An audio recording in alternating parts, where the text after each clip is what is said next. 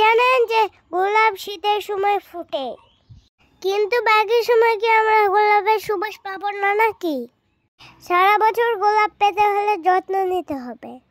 দেখেন আমাদের বাগানে কত সুন্দর সুন্দর নীল লাল কালারের গোলাপ ফুটে আছে। উৎকৃষ্ট জৈব সার গাছের গোড়ায় দিতে হবে। আমি আপনাদের দেখাচ্ছি কি সুন্দর গোলাপ ফুটে আছে। দেখেন এখন বর্ষাকাল, তবুও গোলাপ ফুটেছে।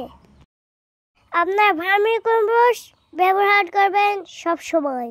15 দিন সপ্তাহে গোড়ায় দিবেন আপনারা। 1 মুঠ করে জৈব সার দিবেন। কেঁচু সার অনেক ভালো গোলাপের জন্য। দেখেন আমাদের ভার্মি কম্পোস্টের কারখানা। এখান থেকে আমরা ভার্মি কম্পোস্ট জৈব সার উৎপাদন করি। এই সার ব্যবহার করবেন, ফলাফল ভালো পাবেন। ধন্যবাদ।